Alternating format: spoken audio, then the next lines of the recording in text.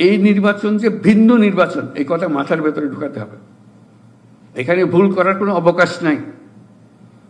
এবার যদি আমরা ভুল করি এটা শোধরানোর আর সময় আমার থাকবে না। চেহারা নিয়ে গোলযোগকারী আসবে, সে বলতেছে মিডিয়া আসলে গোলযোগকারী, সেটা গন্ডগোল পাকাতে চায়, তাকে কিভাবে সামাল দেবে?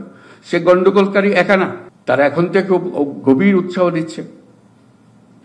কারণ 15 বছর নির্বাচন হয় না, এবার প্রথম নির্বাচন হচ্ছে, অভ্যুত্থান হয়েছে, তরুণ ছেলে এবং মেয়ে তারা যাতে নিরাপদভাবে এখানে আসে, আনন্দ সহকারে আসে, জীবনের প্রথম ভোট দিয়ে যেন উৎসব করে গান বাজনা করে যে জীবনে আমি প্রথম ভোট দিলাম, এবং 2টা ভোট দিলাম, 5 বছরের ভোট দিলাম, 100 বছরের ভোট দিতে 2 ভোটে দিচ্ছি আমি। এটা আমি ভাগ্যবানের দিন যে অপেক্ষা করেছি এটা সার্থক হয়েছে। যে অভ্যুত্থানে যে আমরা শরিক হয়েছি সেটা সার্থক হয়েছে। আমি 100 বর্ষের ভোট দিয়ে দিয়েছি, বলেছি এইভাবে দেশ চলবে, ওইভাবে তাকে উদ্বুদ্ধ করা। কাজে তরুণ ভোটারদের লক্ষ্য রাখা, বিশেষ করে মেয়ে তরুণ ভোটার, তাদেরকে যাতে আগ্রহ করে আসতে পারা যায়, উৎসাহিত করা, এবং তাদেরকে এই ভবিষ্যৎ চিন্তাগুলোর মধ্যে তাদেরকে ধরে আনা। আর হলো যে যারা বয়স্ক, যারা চলাফেরা করে না, যেটা নিয়মিতভাবে আমরা ভোট কেন্দ্রে করে থাকি, সেগুলো করা, নিশ্চিত করা, মহিলাদের নিশ্চিত করা যে তারা নিশ্চিত ভোট দিতে পারছে, এবং কি সমস্ত সমস্যা হইতে পারে তার অগ্রিম আলোচনা করে সহকর্মীদের সঙ্গে বৈঠক করে নেওয়া, যে এইগুলো আমরা আগের থেকে করব। এই নির্বাচন যে ভিন্ন নির্বাচন এই কথা মাথার ভেতরে ঢুকাতে হবে। এখানে ভুল করার কোনো অবকাশ নাই।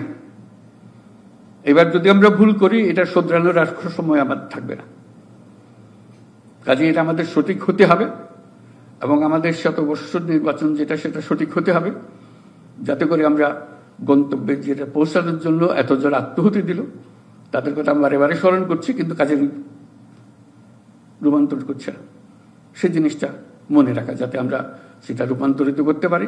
নতুন ভোটার যারা আছে তার সঙ্গে মিডিয়া আসবে, গোলযোগকারী আসবে, মিডিয়ার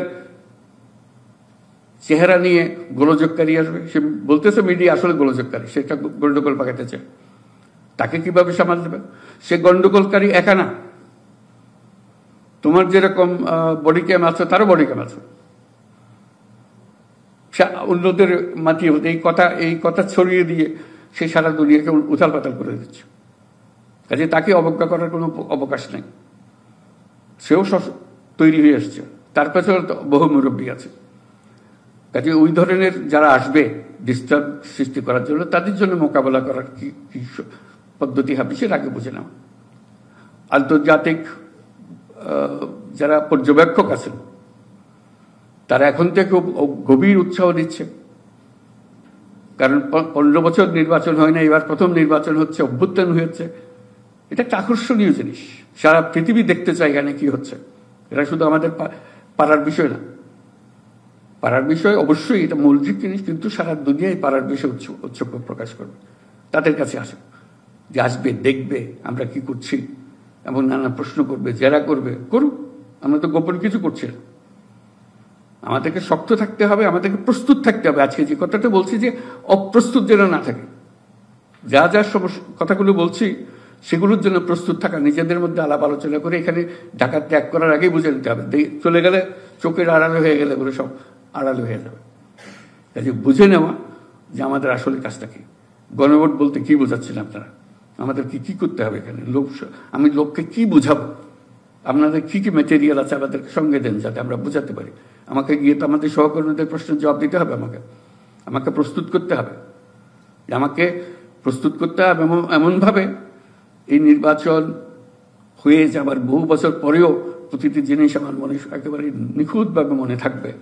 এরকম একটা জিনিস করতে পেরেছিলাম আমাদের জাতির জীবনে, আমরা একটা বড় পরিবর্তন আনার কাছে একটা ভূমিকা রেখেছিলাম। এটা গতানুগতিক জেলা প্রশাসকের কাজ না, এটা একটা ভিন্ন জিনিস, এটা একটা ঐতিহাসিক ভূমিকা পালন করার বিষয়। সেই ঐতিহাসিক ভূমিকাটার জন্য প্রস্তুত হওয়ার জন্য আমি বিশেষভাবে অনুরোধ করছি। সেই ঐতিহাসিক ভূমিকা পালন করতে হলে আমাকে ইতিহাসটা বুঝতে হবে, এবং আমার ভূমিকা সম্বন্ধে আমার মন ঠিক করে ফেলতে হবে, যাতে করে আমি আমার কলিগদের সেটা মধ্যে সংক্রমিত করতে পারি, সেজন্য বোঝে আমার ভূমিকাটা কি এবং তার ভূমিকাটা কি। আমি নিশ্চয় মনে এই শপথ নেব, আর যে যাই করুক আমার ভূমিকা আমি সঠিক 100% সঠিকভাবে করব। আমি জাতির কাছে বেইমানি করতে চাই না, কারণ যে ভূমিকা পালন করবে না সে জাতির কাছে বেইমানি করলো। এরা আত্মাহুতি দিল, তোমাকে পাতে এনে দিল, তুমি কাজটা সমাধান করতে পারলে না।